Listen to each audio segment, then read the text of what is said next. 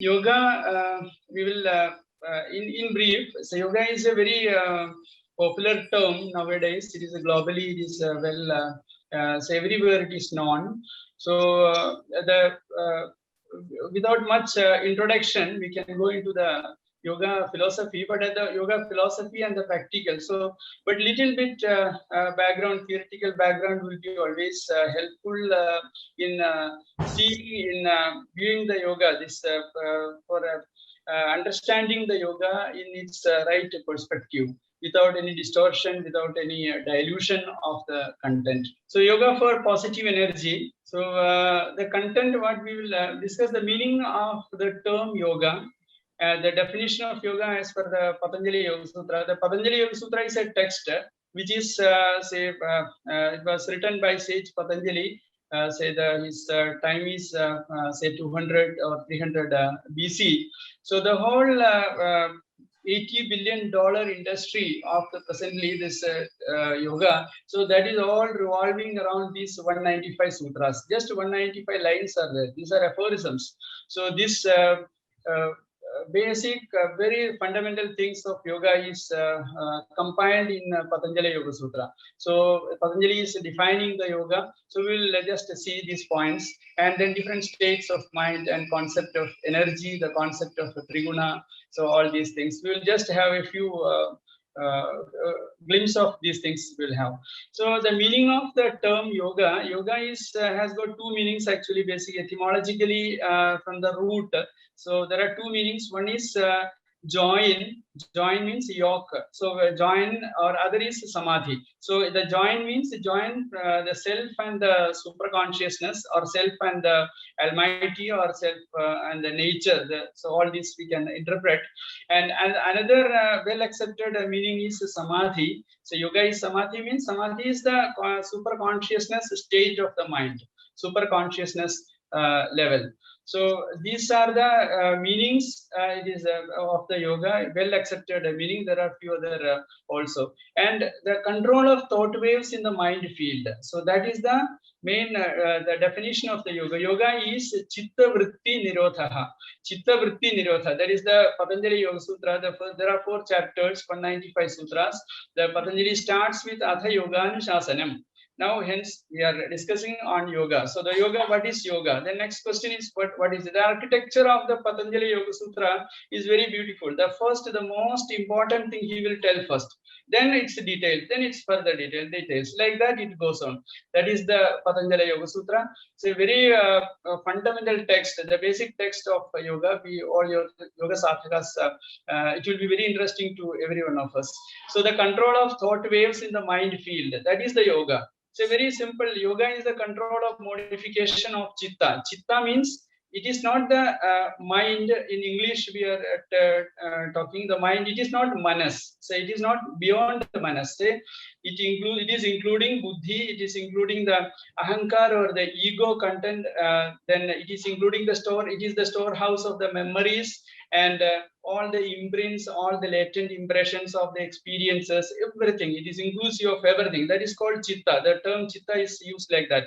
And chitta, we can say it is mind field. All the activities, everything, every imprint of what that is coming into the mind. So then this modification of chitta, the thought waves, thought waves are coming, going. So all the time it is happening. So we are controlling this, regulating this thought waves. That is what is yoga. So the definition of yoga is the control or regulating these thought waves. And all yoga practices, asana, pranayama, mudra, bandha, so many variety of practices are there. All these we are doing for this controlling the chitta. Okay, so this chitta is the encompassing everything. So that is buddhi, ahankara, everything. So this wherein the thoughts are coming, going. So there is no control of the thoughts. You can see that the thoughts will be coming all the time. Even if you are doing something, then again some thoughts will be coming. And sometimes emotions. Emotion is nothing but a bundle of thoughts. So all this. So you are controlling these thoughts. That is a basic thing in yoga. So by doing the yoga practices, we are actually controlling the thoughts. and coming to a state of silence, the silence of the mind. And Patanjali further he gives say the different states of mind. There can be 5 states of mind. So mind can be in different modes. This will be changing, ever fluctuating. So it can be in one state of mind, then changing to other state. But broadly, it is categorized into 5 types. There is a Kshipta, Mudha, Vikshipta, Ekagra, Niruddha. It is termed like that. Kshipta is distracted. This chitta is the distracted one, distracted mind, and such thought waves coming, but it is not in one direction. And Mudha is the stupefied thoughts, stupefied thoughts. And then Vikshipta is again disturbed. So disturbed, distracted, stupefied. All these are not conducive for yoga practice. Then comes to the Ekagra state. Ekagra is the concentrated. So it is in one direction. Thoughts, there is no control. There is no control for in the Ekagra also. Thoughts are coming, but it is in at least in one direction. So that is the Ekagra state. And then comes to Niruddha state. The Ekagra state also, if you have to have a control over it, and then you are coming to the subconscious, super consciousness levels of Samadhi or the yoga state. So Patanjali is defining the mind into 5 states, and at least Ekagra state, the concentrated state, restricted state, we have to come for during the yoga practice. So whereas in the yoga, mind in the modern science, it is different. What is mind? Mind in the Oriental and Occidental concepts are very, very different. In the Oriental, especially the yoga concept of the mind is all inclusive. As we discussed, it is a chitta. Whereas the modern science, the concept of mind is, say, neurons, brain, this nervous system. So all includes all this. So it is everything coming to a material thing. So here it is beyond material in yoga, we can say in simple terms. So then 5 conditions of 5 states of mind, which we have just discussed. So some elaboration on that. So here there is a concept called energy concept called guna. So 3 gunas are operating in all the time in this human being, in all entity. This 3 forces are operating all the time. They are operating in coordination. These are the theoretical concepts. So this sattva, rajas, tamas is always operating, and these characteristics are different, but they are in cooperation. They are say one is tamas is coming down, then rajas is going up, then sattva is coming up. Like that, it is in coordination. They are working. So that is why all mood swings and everything you can mentally feel that. This all can be explained with respect to this Triguna theory of energy. So here in the Mudha state, there is a dull or preoccupied state, tamas is predominating, and whereas Kshipta, Rajas is slightly coming, and then Vikshipta again, Rajas and Sattva is joining, and then Ekagra state, more Sattva energy is coming, and then in Niruddha state, fully Sattva is coming. So that way it is explained, and it is conducive for say Ekagra is only conducive for the Samadhi or the yoga practices, we can say. There are different types of Samadhis explained. We will not go into that further details, Samprajnada, different type of Samadhis. But Ekagra state or one pointed state is minimum required for the yoga, a serious journey into the yoga practice. Herein, the difference in the relation to the Viveka Khyati. Viveka Khyati is the discriminative power. Say the discriminative power on, say, right, wrong, which is correct, which is not correct. So like that, this discrimination happens when this Ekagra state, the cause of discriminative, and this is the effect of discriminative, this final state. So there is a, in nutshell, there are different states of mind Patanjali has explained, and that has the effect. I mean, that is because of operation of these 3 gunas, these 3 forms of energy. These are the theoretical concepts he is presenting. And now this, as you know, this yoga is one of the Indian philosophy of 6 Shaddarshanas, and this yoga and Sankhya are pair. And you know, this Nyaya, Vaisheshika, and Uttar Purva Mimamsa, Uttara Mimamsa. So like this, no, these are in pair. So this Sankhya and yoga is one pair. The Sankhya is the say, if you say Sankhya is the theoretical, say if Sankhya is physics, for example, Sankhya is physics, then yoga is engineering. So like that, it is that the relationship. So this in Sankhya also the theoretical basis is given. There are two, in brief, we can discuss that there are two, the whole existence of the universe as per the Sankhya philosophy, and yoga also. Yoga is supporting to that. And so this, there are two principles, Purush and Prakriti, and these are the eternal principles. You cannot question in that philosophy. So once they are presenting these two, then further only all will be explained with respect of this theoretical model. So Purush and Prakriti. So these are the two principles, and then Prakriti is unconscious, and that is material, and that is Jada, and that is evoluting into Mahat, Ahankara, Manas, and then 5 Jnanendriya, 5 Karmendriya, Pancha Tanmatra, Pancha Mahabhuta. Like this, it is evoluting, grosser and grosser. So this is the this evolution is happening. That is a natural. And now in yoga practice, what we are going to do is, in the yoga practice, we are going involution. That is in the reverse direction we are going. So that is what the explanations, and that is the theoretical basis is given in the Patanjali Yoga Sutra based on Sankhya philosophy. So then concept of Triguna, these three energy forces are working all the time in all the evolutes of this Prakriti. So that has got a characteristic like Sattva is light, if you are feeling very good, very happy, that is a Sattva energy is working. If you are very active, you are just dynamic. So in that state, the state of mind, the Rajas energy is operating. Whereas in Tamas, inertia. So all three are required. One is not bad, one is good, not like that. All three are required. All three are in collaboration. They are working together. So this, all the mood swings, all the changes in our mind is happening because of the operation of this Triguna. That is the theoretical model they are presenting. So now Panchakosha theory is there. There is, say, as per the modern science, we have got this body. Okay, we have got this 15 trillion cells are there, and then tissues are there, then systems are there. All these organ systems, all these things are there. So nothing beyond that. Whereas in yogic concept, there is a Panchakosha theory. There is whatever we are seeing is the Annamaya Kosha. Subtler than that, there is some kosha, there is some sheath is there, that is the Pranamaya Kosha. And then Manomaya Kosha is there.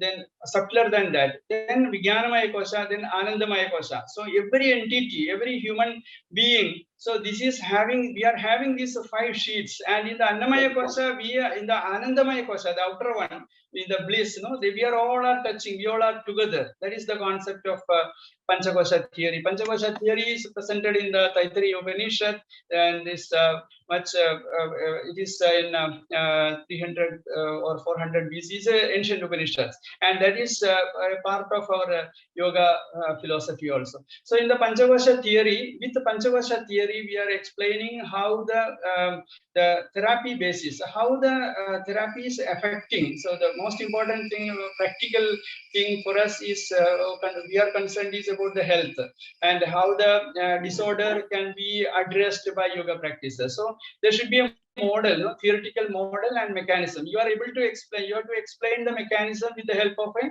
theoretical model. So Panchakosha is one of the model yoga is presenting, and in Panchakosha model, this different sheets, different consciousness levels are there, and one is the Manomaya Kosha. As per the Yoga Vasishtam, another text on yoga. So all the origination of disease is explained like this: all diseases are originating from the mind. Say, we have discussed what is yoga. Yoga is control over the thought waves. Now, all the diseases are originating from the mind due to the haphazard movement, misalignment in the thoughts, and haphazard, all this, due to this uncontrolled thought waves, the disease is originating from the mind. Please remember, it's a very crucial point in the yoga philosophy. And then this is percolating into the next grosser sheet, that is the Pranamaya Kosha. In the Pranamaya Kosha, what happens? The Pranamaya Kosha, once it is percolated, then it will give some symptoms, say some breathing, say irregular breathing, the blood flow different. So all these things, so some haphazardness will happen there, and then we will not know. Further, it comes down to the Annamaya Kosha, the physical body. Once it comes to the Annamaya Kosha, then we will try to know, we will know that, okay, there are some symptoms are there, and that too, where it will go. So the disease will go in Annamaya Kosha, two parts are there. One is the organs or the part of the body where which is genetically very weak. Okay, yeah, so there it will be affected. Otherwise, environmentally, due to environmental condition, the body part is weak. For example, I am living in a polluted area, so my lungs will be affected first.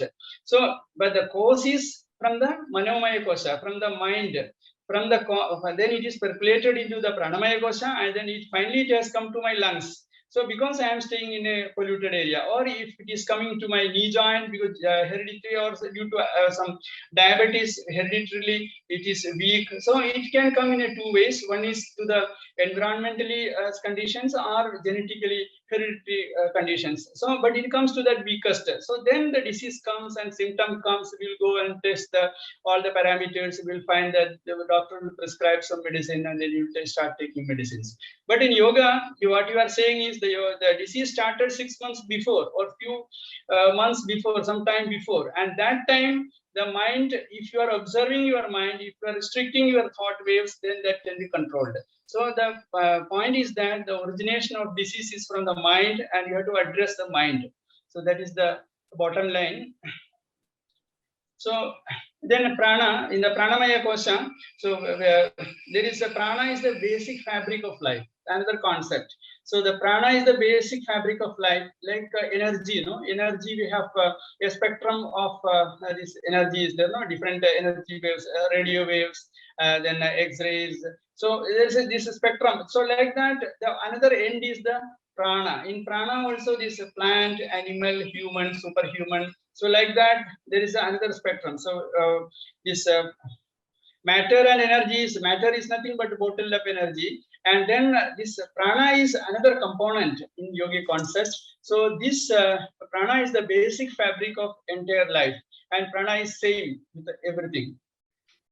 So this Vyadhi origination, there is another beautiful concept which is also very much practical, which we can see. So this disease is originating from the mind. We have discussed disease is originating from the mind, and then haphazardness of the thought waves coming to the pranamaya kosha, and then final to the annamaya kosha, which is the present physical body. So what type of diseases can be addressed by yoga practice? So that is given in the Yoga Vasishtam. Yoga Vasishtam is dividing the Vyadhi or disease into two parts. One is Adhija Vyadhi, another is Anadhija Vyadhi. Adhija is originating from the mind. Anadhija is originating outside the mind. Outside the mind means cause is external. It can be snake bite or calamities or something outside from the mind. So that cannot be addressed by yoga. So this is closed. So Adhija Vyadhi, there are two types. One is Sara, another is Samaiya. That is essential or general.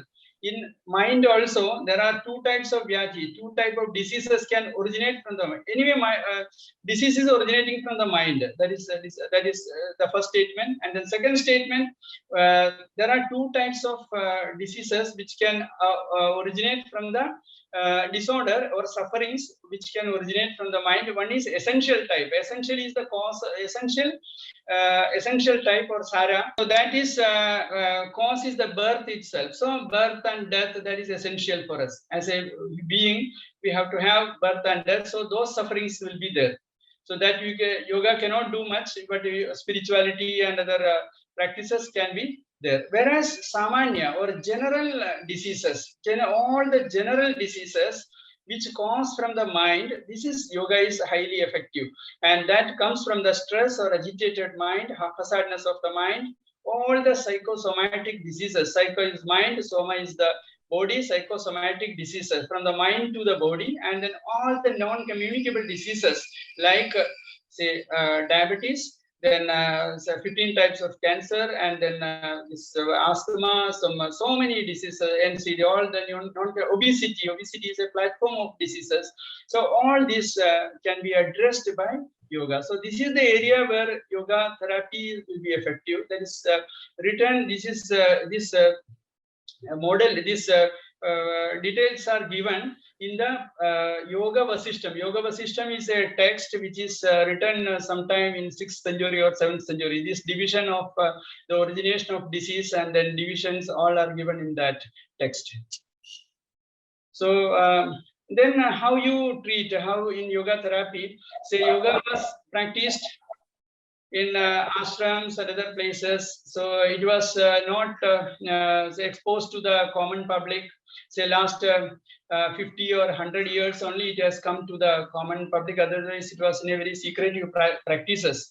So that too with scientific methods, it has come recently, only maybe 50 years. Swami Kuvalayananda in 1920s started. He is the pioneer in this yoga research. Scientifically, he used that time whatever available instruments like X-ray and all he has used while doing the various kriyas and abdominal practices. No, as internally what is happening here, he was doing the practice and then taking X-ray. Now that yes, research, yoga research is gone to much higher dimensions. Like we have this various say all the scientific tools we are using for in yoga research. So MRI and then this say research on telomere, research on the low energy nuclear system, cold diffusion and happening inside the body. So all these, so many research and consciousness levels, a lot of research is going on in various, the frontiers of research in yoga is immense. So what we are doing in yoga therapy in very simple terms, say in Annamaya Kosha, we are applying few practices in the integrated approach of yoga therapy, loosening practices, asana, kriya, diet. Mostly we are applying in the Annamaya Kosha. That is the physical body. Then the Pranamaya Kosha, you can recollect, we are say the human entity is having 5 consciousness levels. Not only the physical body, so these are the other bodies as we discussed just now.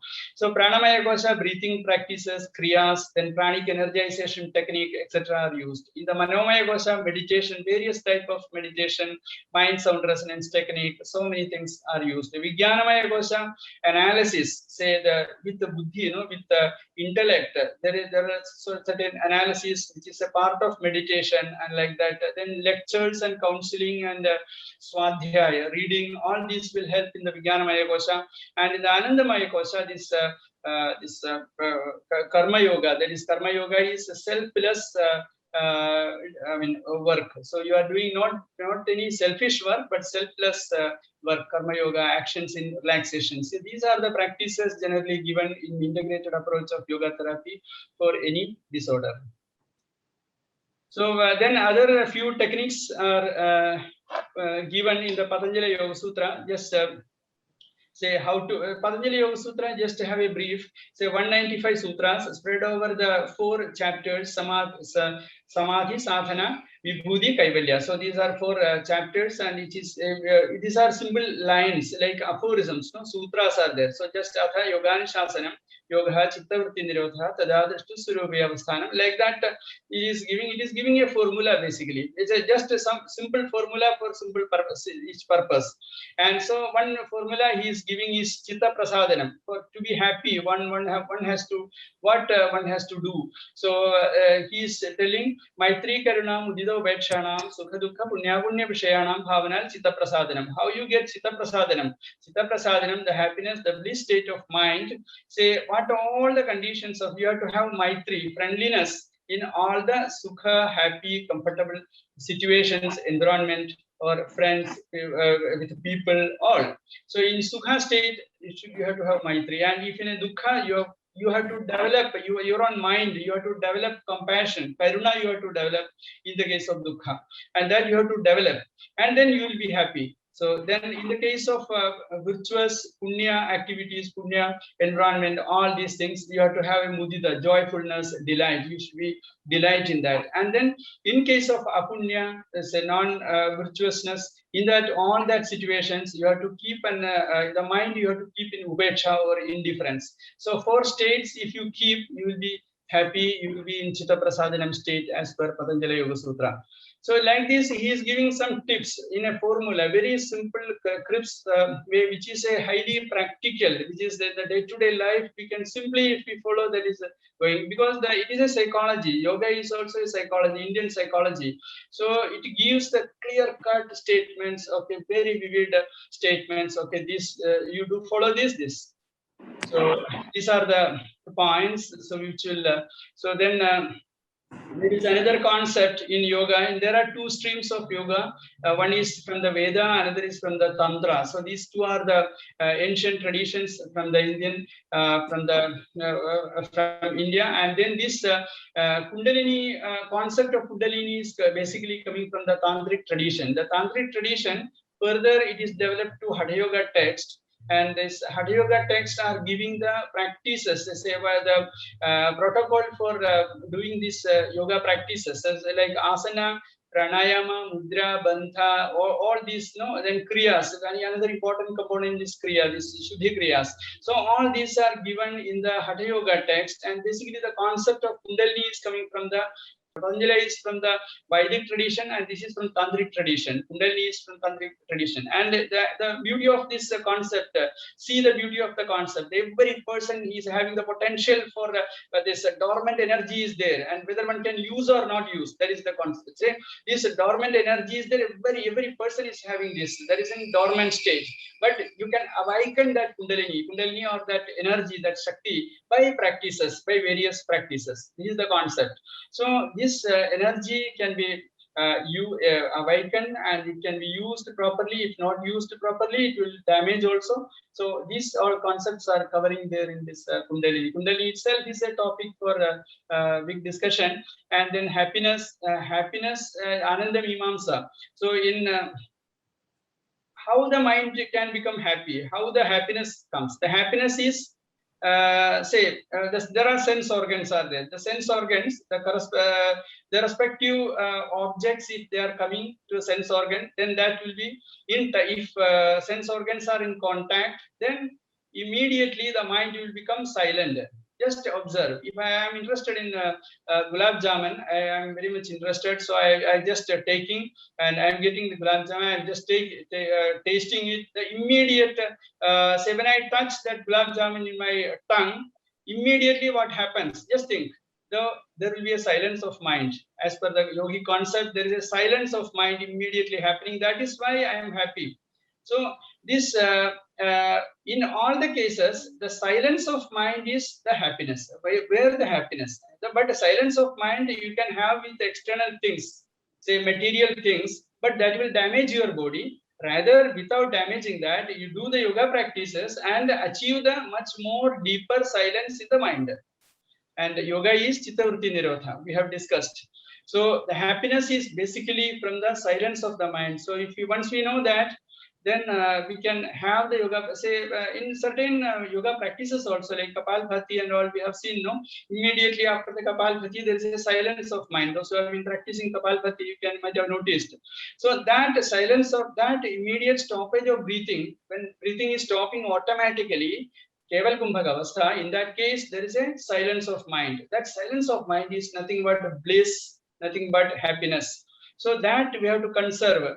So then in the stressful state, what happens is all this stress means what? In the daily life, stress means what? Stress means your response to the situation. Everybody's response will be different. So your response to that situation is nothing, that is the stress. So then once the stress is there, then all your hormonal secretions are different, not as intended. Endocrine system will behave differently, and all this happens, and then leading to the disorders. So that is the modern concept. So what we are doing is, you are turning off the hypothalamus, pituitary, and associated adrenal response. Adrenal gland is one of the endocrine gland. So we are reducing that over response in the yoga practice as per the modern science. So then Neuro Immunology has great, it is highlighting the impact of mind over body. So all this we have discussed. So psychosomatic diseases. So in the nutshell, as a last slide, before a few practices, So there are three things. Practically, if we can take, say, sleep, then exercise and food. If you can focus on these three things, simple. So sleep, there are a lot of sleep disorder, late sleep, because of our lifestyle itself, no deep relaxation, there is no space for relaxation, all those things. But if you can keep the relaxation daily as a sleep and a good sleep and the relaxation, that is one of the major component of this triangle for health. And another is the exercise, vihar, ahar, vihar, visränti. So in vihar is including the exercise, including the yoga practice also. We will include this. It is a part of vihar only. So, but in the normal in our daily life, what happens? No exercise due to the many factors. Say lift is there, escalator is there. So we are not physically now. We are not doing. So all physical activity is replaced by machines. So then another major thing is food. So these three, sleep, exercise and food, if we can focus, at least do a little bit per day, so that will give a very good result in the health. So in the food, we can see there are so many things, junk food and disorder in the food habits, excess intake, binge eating. We are not aware of whatever we are eating, and the awareness level is there. So if you do yoga practice, then you will have the awareness, and then you will be aware of your binge eating and junk food, all this. And then speeded eating, there is another problem nowadays, and fast food, unaware of the food while eating. So all these three components, no, if one of this is not in order, then the triangle will not form, and then the triangle is representing your health. So we have to have the equilateral triangle if possible, and with all balanced, that will balance the homeostasis. So we will have a few practices. If Prasadji or shall we go to this standing position and a few small practices, very light practices only. So if we can, so we will have, say please coming to the standing position, and then feet little apart, shoulders are relaxed, neck muscles are relaxed. Gently drop the eyelids for a few seconds. Feel the breathing, inhalation and exhalation, the natural effortless breathing. Now slowly open the eyes. We will do few practices of breathing. So first inhale, in out breathing, palm position like this. Inhale, exhale, inhale. You can close the eyes and do the practice. Deep inhalation and complete exhalation. Inhale, exhale. Feel the fullness of the lungs while inhaling. One more round and relax. For relaxation, feet little apart, shoulders are collapsed, relax completely. Now we'll do the up down movement, interlock the fingers like this, and then inhale, exhale. Inhale, exhale, like this. So interlock the fingers and then palm facing the chest. Inhale, exhale. You are stretching. Basically, you are stretching in tune with inhalation, exhalation. Inhale, exhale. Feel the fullness of the lungs. Inhale, exhale. Now 135-degree. Inhale, exhale. Inhale, exhale. Inhale, exhale. Now vertical. Inhale, exhale. Inhale, please continue. In tune with inhalation, exhalation, your hand movement. Inhale, exhale.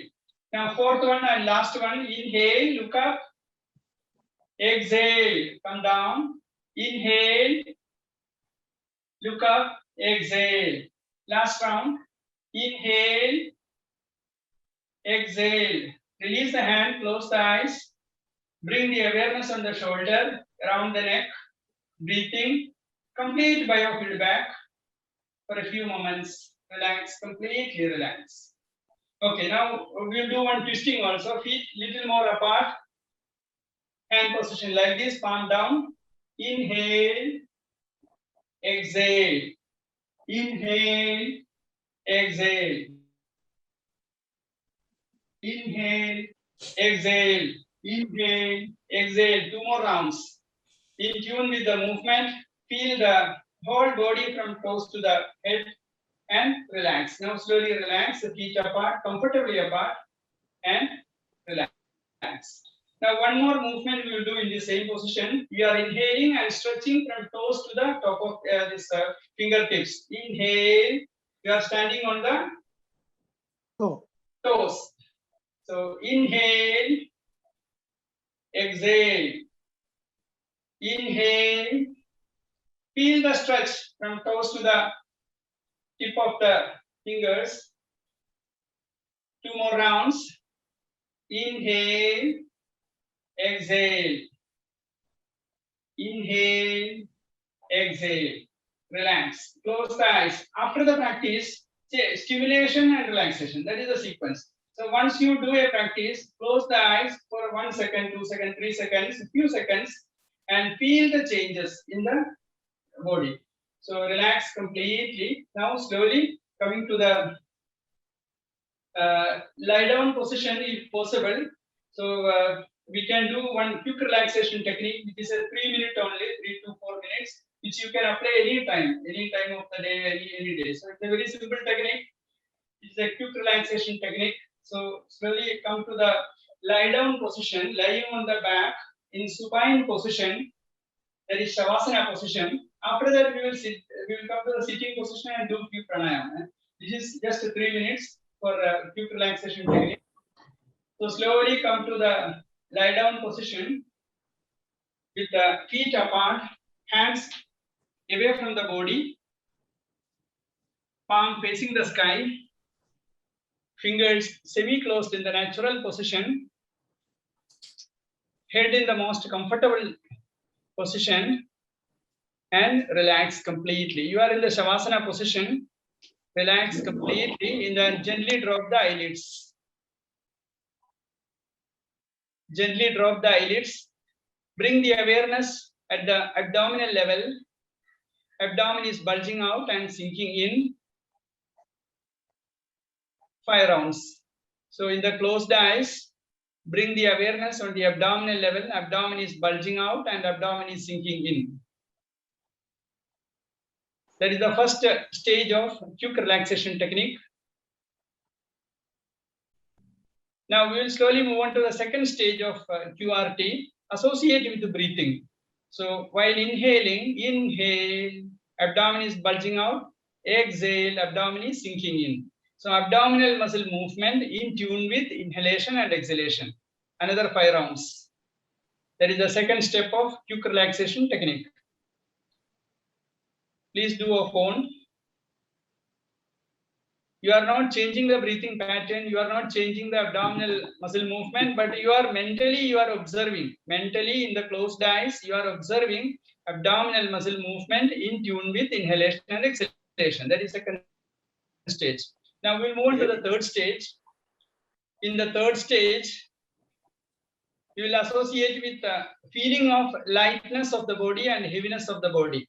Inhale, abdomen is bulging out. Feel the lightness and physical lightness of the body. Body is becoming lighter and lighter, just like a cotton, just like a feather. Inhale.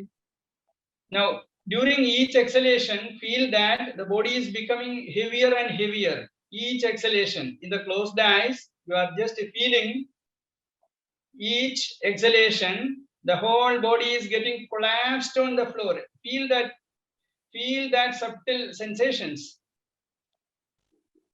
And the contact area between the body and the floor slowly increasing due to the heaviness of the body. Feel the heaviness of the body. A few rounds, 3 to 5 rounds. This is the quick relaxation technique, highly powerful, which you can adopt any time for relaxation. So just simply lie down and then close the eyes and feel the abdominal muscle movement in tune with inhalation, exhalation, and feeling of lightness of the body and heaviness of the body. Relax, completely relax. Now slowly come out of the practice. If you can come to the sitting position, either on the floor or on the chair, we will do a few pranayama practices within the time. So the first practice, we will do sectional breathing. See, sectional breathing, I hope it is visible. So in any comfortable sitting position, keep the palm on the thighs. You can sit on chair also, but if you are sitting on the chair, keep the, or on the floor, keep the palm on the thighs, palm facing up, and this is called chin mudra. Chin mudra, your index finger and the thumb are in contact. Index finger, the forefinger or index finger and this thumb, respective index fingers and thumb in contact, and you are keeping the palm on the thighs comfortably, and it is facing upwards. Okay, so then close the eyes. Feel the abdominal breathing. So once you apply this mudra, this is called chin mudra, just close the eyes and feel the breathing. While inhaling, inhale, abdomen is bulging out. Exhale, abdomen is sinking in. Feel the abdominal muscle movement in the sitting position. Adopting this chin mudra. Chin mudra is index finger and thumb in contact in the respective palms and kept on the thighs comfortably. Feel the subtle movement of the abdominal muscles. Now close the other three fingers, little finger, ring finger, and middle finger. Close those three, and index finger and thumb in contact as earlier. This is called the Chinmaya Mudra. And once you adopt the Chinmaya Mudra, there is a subtle change in the breathing. You can recognize there is a thoracic breathing starting. That is, while inhaling, inhale, the middle part of the trunk is expanding diametrically outward and diametrically inward. Inhale, it is expanding outward, and exhale, it is coming inward.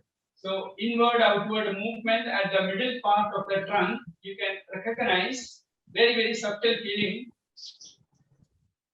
Completely immerse into the movement of the abdominal and thoracic part, and recognize there is a subtle movement in the thoracic part, in the middle part of the trunk. While inhaling, it is going outward, diametrically outward and diametrically inward. Now slowly open all the fingers. Keep the thumb first inside and cover with all other fingers. This is called the Adi Mudra, and same position on the thighs. And once you adopt this, inhale, shoulders up and back. Exhale, shoulders forward and down. So it is happening, the breathing is happening in the upper part of the lungs. Recognize that now adopting this mudra, your breathing pattern is changed automatically, subtle changes in the upper part of the lungs. The lungs has three parts, upper, middle and down and lower. So in this mudra, thumb inside, covering with all other fingers, kept over the thighs. Inhale, shoulders up and back. Exhale, shoulders forward and down. So clavicular breathing is happening in this case. So there are three types of breathing. Abdominal we have done, then thoracic. Now this is the third one, clavicular. So now the same hand position, that is thumb inside, cover with all your fingers. Now bring that palm position to the navel region. In play from the thighs, keep near the navel region, and then we will do the complete yogic breathing involving all the three parts, that is lower part, middle part and upper part of the lungs. Okay, so palms at the navel region. Now eyes closed. Inhale, abdomen, thoracic and clavicular. Exhale, abdomen, thoracic and clavicular. So both inhalation and exhalation, feel the predominant movements.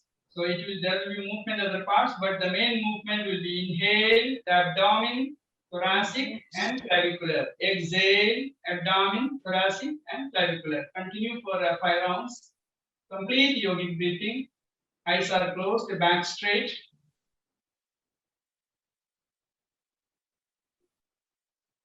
Inhale. Exhale. Now slowly.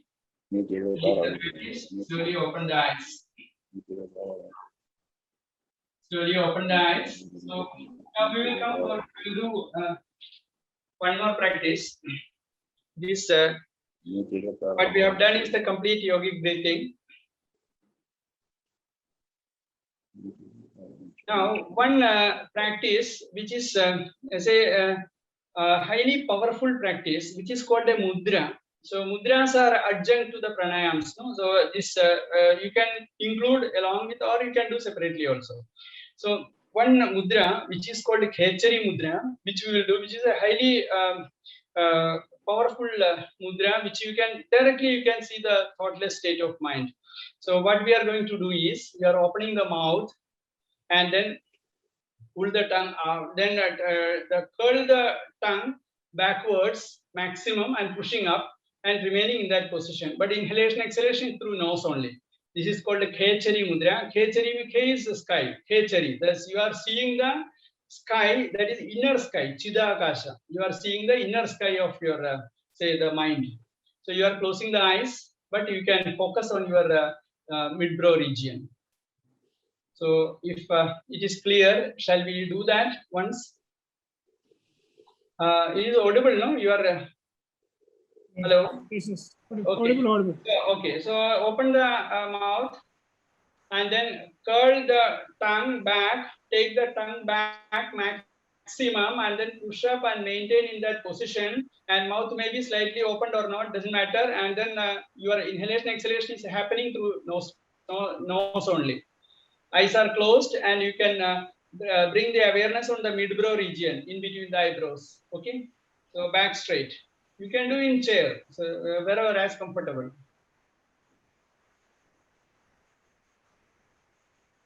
Maintain for a few seconds, say 5 seconds, 10 seconds, or we will do together.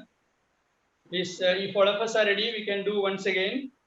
Open the mouth, take the tongue to the back maximum, and then push up, and then you are closing the eyes. Start 1, 2, 3, 4, 5, 6, 7, 8, 9, 10. Stop the practice. Tongue to the normal position. Eyes closed, mouth closed. Feel the change. Feel the change. Immediate change of khechari mudra. Feel the stretching of the cranial nerves in the facial region. And feel the silence of the mind, the thoughtless state of few seconds. No, there is no thoughts. Thoughtless state of mind you can experience. So this is a highly powerful technique, which is not only for the endocrine gland, thyroid, and other endocrine system glands, but also for other systems. Is a highly powerful technique. So you can incorporate. This is a very simple practice. Okay. Now we will do. Shall we have 5 minutes? Now it is 12, I think, almost. Yes. Okay. 5 minutes. Okay. So two more practice. If say we will do the anulom vilom, alternate nostril breathing, which is a very basic pranayam, but don't underestimate. It is a highly powerful, one of the most powerful technique. So what we are doing is we are closing the right nostril, inhaling through the left, and exhale through the right, and then again inhaling through the same right, closing the right and exhaling through the left. So there is alternate nostril breathing. We are not doing any holding, we are not doing any kumbhak, we are not doing any ratios and all. This is the most simple way we will do. So back straight, chin parallel to the ground, eyes closed. Back straight means pelvis region little forward and chest is expanded and chin is parallel to the ground.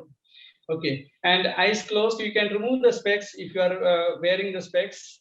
So once eyes closed, now closing the right nostril with the thumb, right thumb.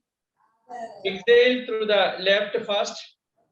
You don't have to press too hard. Just touch, just so that it is closed. And exhale through the left. Now inhale through the same left. Close the left. Exhale through the right. Now inhale through the same right. Close the right. Exhale through the left. Now we will go for a second round with more awareness. Inhale through the left. Deep inhalation. Close the left. Exhale through the right. Complete exhalation. Then inhale through the same right. Close the right. Exhale through the left. Now have the awareness of air touching sensation in the nostrils while doing the practice. Please do off on. Inhale through the left. Please do off on. But at the same time, have the awareness. Air is entering from the tip of the nose, nostril walls, nice turnover downwards, throat, windpipe, bronchi, and lungs. And each exhalation coming from the lungs, bronchi, windpipe, throat, going up, nice turnover downwards, and coming to the respective nostril. Trace the air path while doing the practice in the closed eyes, and further intensify the experience with the thermal sensations. Feel the coolness of the air while inhaling. Feel subtle coolness up to the palate, upper palate, soft palate, and feel the warmth of the air. You can use the same hand for manipulating so that you will have the minimum movement while doing the practice.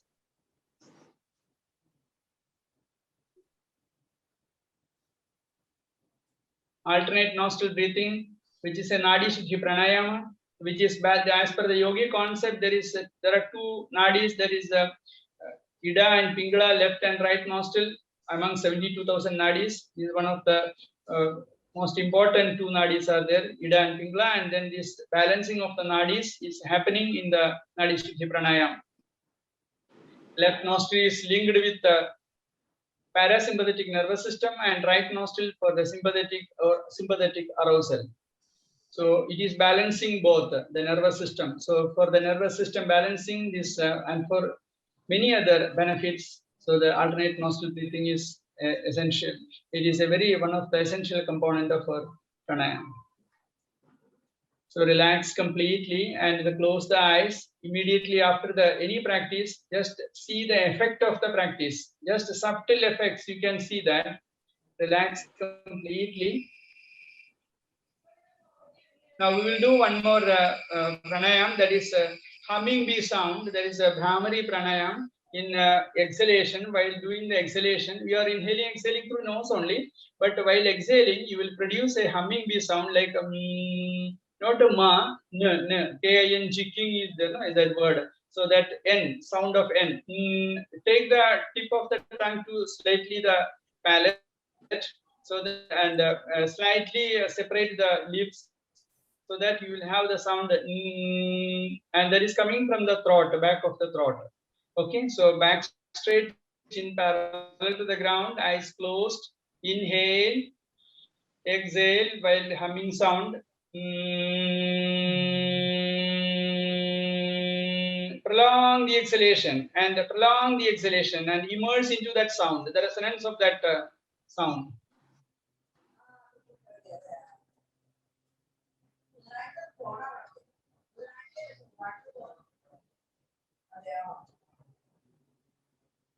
Let us do one more round.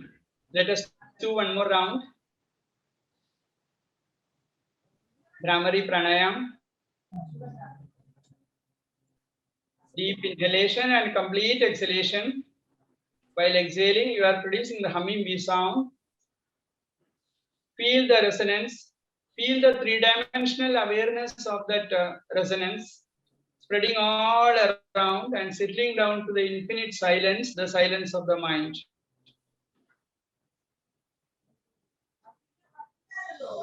Slowly complete the practice. Close the eyes for a few seconds.